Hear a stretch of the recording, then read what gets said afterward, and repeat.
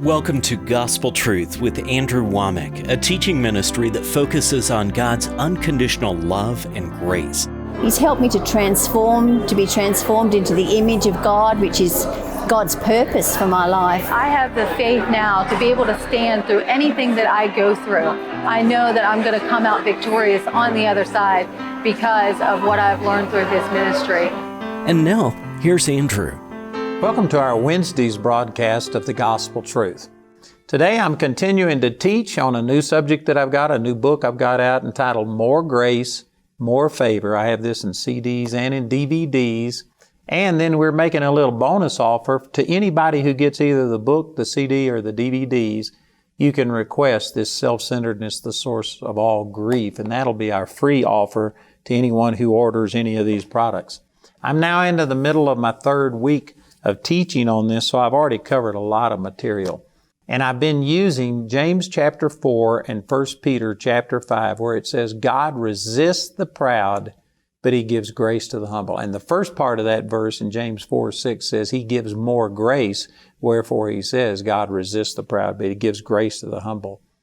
And so you can get more grace. Jesus increased in wisdom and in stature and in favor with God and man. And Jesus was sinless.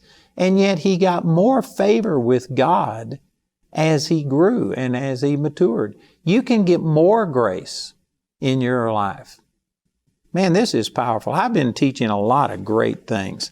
And I've had to just constantly come against the common understanding of what pride is and what humility is. Most people think pride is only exalting yourself. They think humility is weakness, low self-esteem, beating yourself down. And I've defined it in many different ways. Humility is just exalting God above yourself. It's not debasing yourself. It's just exalting God. It's saying about yourself what God says about you. And if God says that you're the righteousness of God, which there's many scriptures, one of them is 2 Corinthians 5:21. If God says you are the righteousness of God, then it's pride on your part to say, oh, I'd never say I'm righteous with God. Well, then you're a proud person. Pride isn't just thinking you're better than everybody else. Pride is you exalting your wisdom, your will, your way above God. Humility is obeying God. That's amazing. Let me share some scriptures with you here. Jesus said this in John chapter 8 and in verse 54. Jesus answered, If I honor myself, my honor is nothing. It is my Father that honoreth me, of whom ye say that He is your God. Boy, this is great. If you are honoring yourself, if you are promoting yourself, your honor is nothing. It's what God says about you. It's also not what other people say about you. It's what God says about you. Once you understand this, it sets you free from the fear of man. Jesus said, Beware when all men speak well of you, for so spake they of the false prophets that were before you. Paul said in 2 Timothy chapter 3, verse 12, Yea, all those who live godly in Christ Jesus shall suffer persecution. If you aren't being persecuted, it's because you aren't living godly. That's a startling statement to a lot of people. They think, what are you saying? I'm saying that, man, if you start going against this world and against the unbelief and the ungodliness that is just so prevalent in our world today, I guarantee you are going to be persecuted. You will have people come against you. And so what you've got to do is get to a place to where you don't honor yourself and you don't seek the honor that comes from man. Matter of fact, let me turn over. It's right here close. Let me read what Jesus said in John chapter 5. And in verse 44, He says, How can you believe which receive honor one of another and seek not the honor that cometh from God only? Wow, that's a powerful passage of Scripture. It's saying that if you seek honor that comes from men and not the honor that comes from God only, you cannot believe. You can't operate in faith. Therefore, you cannot receive all of the benefits and the things that come as a result of faith if you are seeking the honor that comes from men. The reason he said this is because if you follow God and do what God tells you to do, again, I go back to these verses, I already quoted them. Jesus said, beware when all men speak well of you. Paul said, if you live godly, you shall suffer persecution. If you start living a godly life, you are going to be criticized. And if you have to have men's approval, if you are codependent upon them accepting you, you will never stand for what God stands for. You will never be strong in faith. You cannot be a faith person if you are seeking the approval of everybody else. Now, let me put a little P.S. or a parentheses on this. This doesn't mean that you go out of your way to offend people. I'm not saying you shouldn't like being rejected. God made us for acceptance. And there's something that is just innate inside of every single person that you want to be accepted. And so something's wrong with you if you enjoy people rejecting you. I've had thousands, tens of thousands of people say terrible things about me and write blogs about me. I don't enjoy it. I don't take any glory or credit in it. But I have gotten to a place to where I'm saying, Father, the only person I'm out to please is you. The only honor I really have to have is from you. And if I feel that God is pleased with what I'm doing, then even though I don't enjoy people rejecting me, it's not going to keep me up at night. It's not going to stop me from doing what God told me to do. So go back to John chapter 8 and in verse 54, if I honor myself, my honor is nothing. It is my Father that honoreth me, of whom ye say that He is your God. Yet ye have not known Him, but I know Him. And if I should say I know Him not, I shall be a liar like unto you. But I know Him and keep His saying. Now this is an amazing statement. Jesus had just said, if I'm honoring myself, my honor is nothing. Now does this mean that therefore He just beats Himself down and saw Himself as nothing? He says, no, but I know Him. And you don't know Him. I have to tell you that I know Him. And if I told you that I didn't know Him so that I could be accepted, so that I could fit in with everybody else that says you can't really know God, then I'd be a liar, like unto you. What I'm saying through this is that, see, humility. Jesus was humility personified. He said in Matthew chapter 11, He says, I'm meek and lowly in heart, and you shall find rest unto your souls. Jesus was the greatest example of humility, and yet He says, I know my Father, and if I don't admit that I know Him, then I'd be a liar like unto you. So I'm saying these things to show you that humility isn't having low self-esteem. It's not beating yourself down. It's not being introverted, timid, and shy. That's not humility. Humility is just not having an opinion about yourself. It's just doing what God tells you, saying about yourself what God says, and not going above it, nor going below it. You know, January the 31st, 2002, as far as results in my life, I had the second most important encounter with the Lord that I think I've ever had. And it was 2 or 3 months in coming. I could tell that God was speaking some things to me and changing things.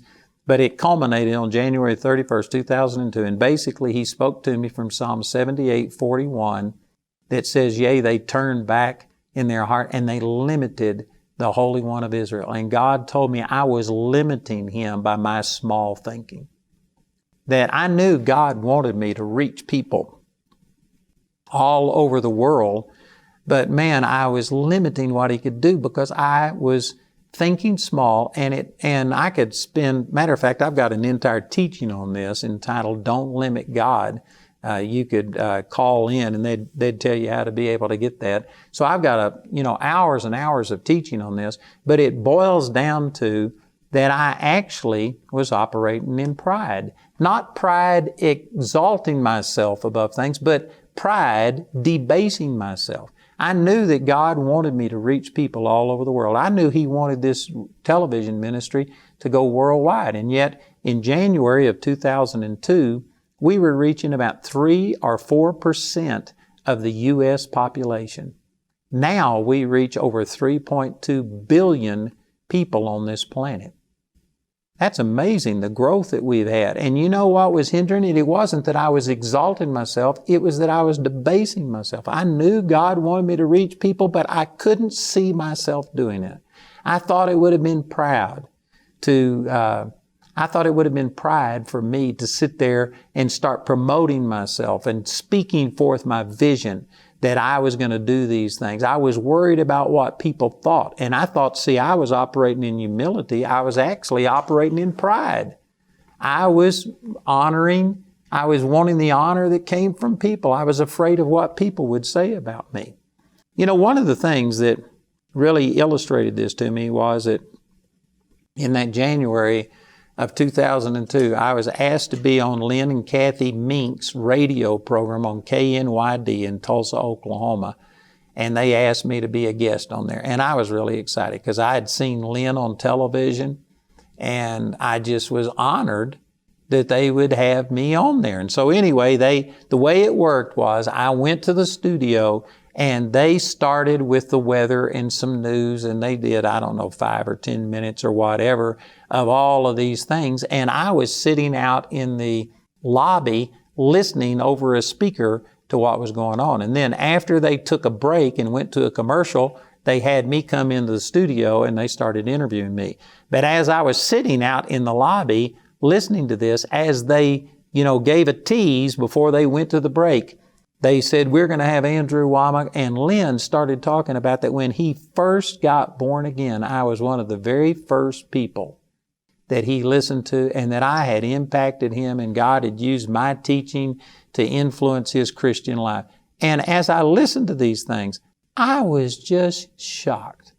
I was shocked to think that God had used me to minister to somebody who was one of the leaders in the body of Christ, who was on television. At that time, I had just gone on television, but Lynn had been associated with Kenneth Copeland, had done concerts and had led praise and worship to thousands and thousands of people. And anyway, I just thought, man, I'm not in that class or in that category. So anyway, we did the interview, and after the interview was over, we went out to eat together. And I was just expressing some of these things about how shocked I was that Lynn, that God had used me to minister to Lynn decades before that. And Lynn just looked at me and he says, what's wrong with you? He says, you've been on radio for decades. You've been ministering to people. Why would you think it's strange that God uses you to touch somebody's life? And you know what he said made perfect sense. And intellectually, I agreed with it, but I had just never allowed myself to go there because I thought that was pride. It was actually pride on my part to deny what God was doing in my life, to sit there and to just bury my head in my sand. So I hope you see what I'm saying. Pride isn't just exalting yourself and thinking you're better than everybody else. Pride is refusing to say about yourself what God has told you. God told me He wanted me to have a worldwide ministry and reach people all over the world. And yet I knew that was true, but I was limiting Him, hindering Him, because I wouldn't say about myself what I knew God had told me. I was afraid about what people would think. And I remember coming back to my staff, and on February the 11th, I called all of my staff together. At that time, we only had 20-something staff members. And I called all of them together, and I just repented. And I said, I've been limiting God by this false humility and not saying about myself what God has said to me, not promoting things that God has told me to promote.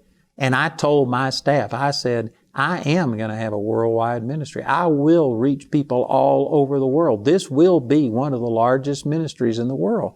And again, that could be said out of nothing but pride and self-exaltation. But with me, that wasn't the case. It was actually humility on my part to begin to start saying about me what I knew God had told me to do. And I humbled myself, and I started telling my staff these things. Man, I know that some people are struggling because we have thought that pride is only exalting yourself, but pride can be debasing yourself because you're afraid that people will misunderstand what you're saying, that they'll misunderstand your motives and stuff like this. And so you're afraid of what people will say. That's pride. You need to say about yourself what God says. If it's like Numbers chapter 12, verse 3, where Moses says, I am the meekest man on the planet. If he hadn't have said that, that would have been pride on his part.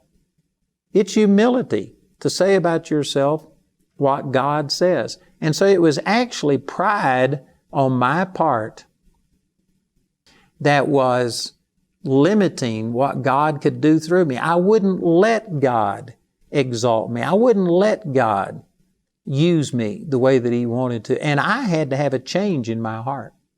So there's some people that struggle with what I'm saying, but there's others that I believe God is speaking to you right now.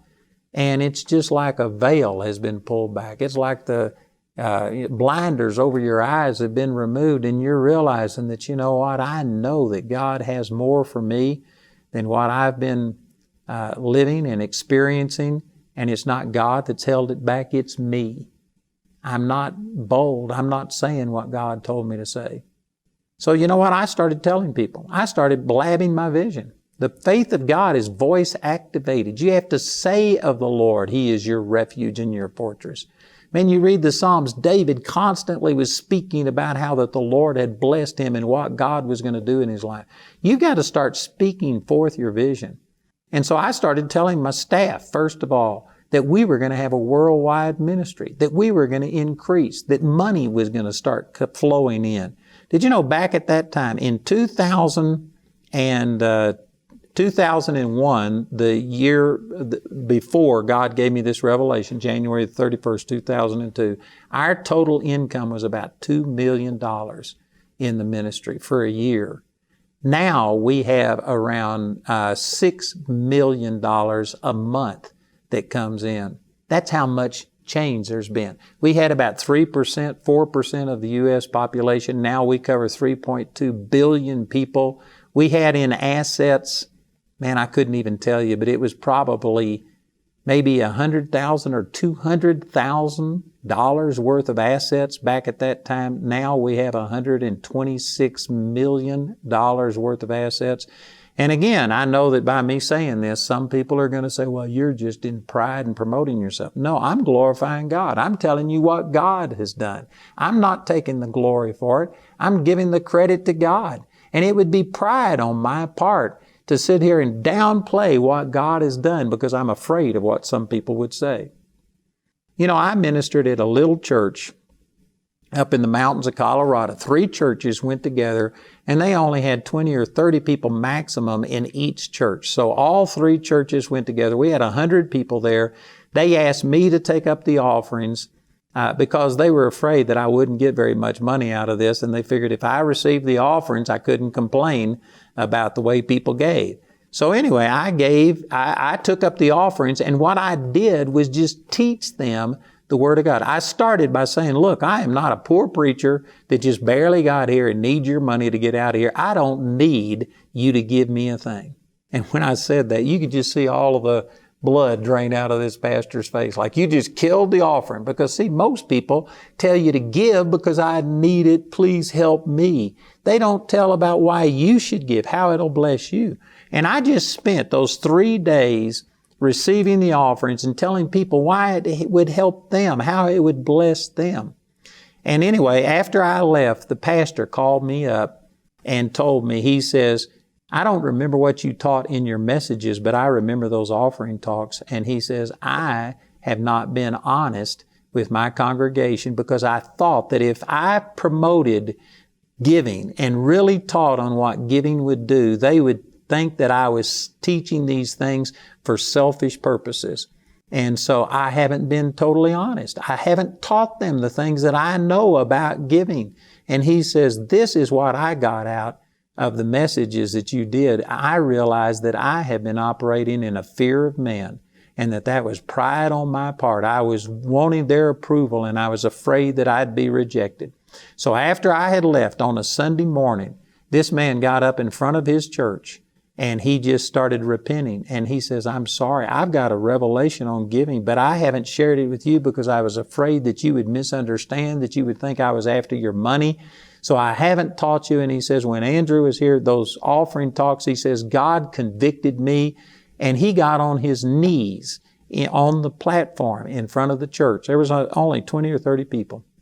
And he repented and he says, please forgive me for not sharing the word because I was afraid that some people might reject me, that you might think the only reason I was sharing these things was to get your money. And he repented.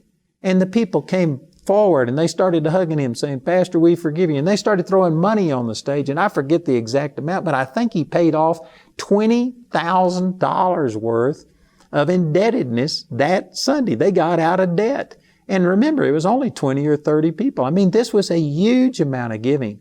And it just changed. And you know what was holding that back? Was this pastor's false humility, to where he was afraid people would misunderstand what he was saying, and he didn't speak the truth. Remember these verses that I was using in John chapter 8, where Jesus said, Yet ye have not known him, but I know him. And if I should say I know him not, I shall be a liar like unto you. But I know him and keep his saying. Jesus wasn't saying those things to promote himself. He was saying those things to humble himself and say about him what God said about him. What has God said about you? Has God told you that you're going to prosper? Has God given you some gift, some talent, some vision for something, and you're afraid to speak it because you're afraid people might think you are self-promoting? I tell you, if you are holding back and not blabbing your vision and speaking forth your faith, it could be that you're just operating in pride and you don't even realize it because you think pride's only exalting yourself. No, pride is just, it's seeking the honor that comes from man and not the honor that comes from God alone. You know, there are things going on in our nation right now that I can guarantee you many of you know is wrong. Many of you have a revelation, but you're afraid to speak out. Because if you speak out, you're liable to lose your job. There is a political correctness, which is what we call it today. The Bible calls it the spirit of Antichrist. All political correctness is anti-Christ. It's not anti-Buddha, not anti-Muslim, none of those things. You could say anything you want to about Christians and against Christians, but boy, you just even infer that somehow or another you don't affirm this group over here, or some homosexual group, or Black Lives, or something else, and you make the slightest little comment, and man, you get cut off at the knees. See, it's anti-Christ. It's not just anti-anything else. And anyway, we have people today that you know that some things are not right. You would like to speak out. You would like to voice your opinion, but you're afraid. You know what that is? That's pride. And God resists the proud, but He gives grace to the humble. Humble yourselves, therefore, under the mighty hand of God, that He might exalt you in due time, casting all of your care. Worry about what people are going to say about you. Cast it over on the Lord. And you just humble yourself and speak truth. You shall know the truth, and the truth shall make you free. It's only the truth you know that makes you free. And if you aren't speaking the truth and speaking out because you're afraid of people's rejection, you're operating in pride. God resists the proud, but He gives grace to the humble. On March 23, 1968, Andrew Wommack received a dramatic revelation of God's unconditional love and grace. Since then, Andrew has shared this nearly too good to be true news with millions of listeners worldwide. With his daily television show reaching 4.4 billion people worldwide, Andrew's message is changing more lives than ever before. He's expanding the vision through Charis Bible College, which has already discipled thousands of students around the globe and continues to grow every year. To learn more about what God is doing through the ministry, visit awmi.net.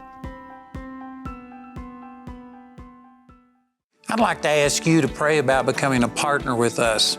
You know, our ministry is based in the United States, but we have 16 offices around the world. We've got altogether around 70 Bible schools scattered around the world, and we actually reach more people outside of the U.S. than we do in the U.S., and we need partners to enable us to do that. And so I'd like to encourage you to join with us. There are great benefits to you being a partner, not only in eternity, but here in this life. So if you are looking for a good return on your investment, I believe that this is a good ministry. It'll touch you right where you are. So join with us and become a partner with us today. At the time that I enrolled in classes, I wasn't able to move all the way to Colorado and, uproot my life. The flexibility of correspondence school was one of the biggest draws for me to enroll. I could get things done throughout the day, and then I could go home and do my lessons. It's been such a blessing for me, for my family, just to see what God can do in a person's life when they just surrender and say, okay, God, I'll follow you. My name is Macy, and I was a first-year correspondence student. You can complete your first year of Charis Bible College as a correspondence student. Go to charisbiblecollege.org to learn more. As a woman, you are called to thrive. You are created to know and be known by God. Experience unity with God and learn what it means to thrive in the vine. If we don't know whose we are, we won't know what inheritance we have to walk into. We are called to speak forth. We are called to prophesy. You are royalty. The violent take it by force. We're your daughters. We're linking shields.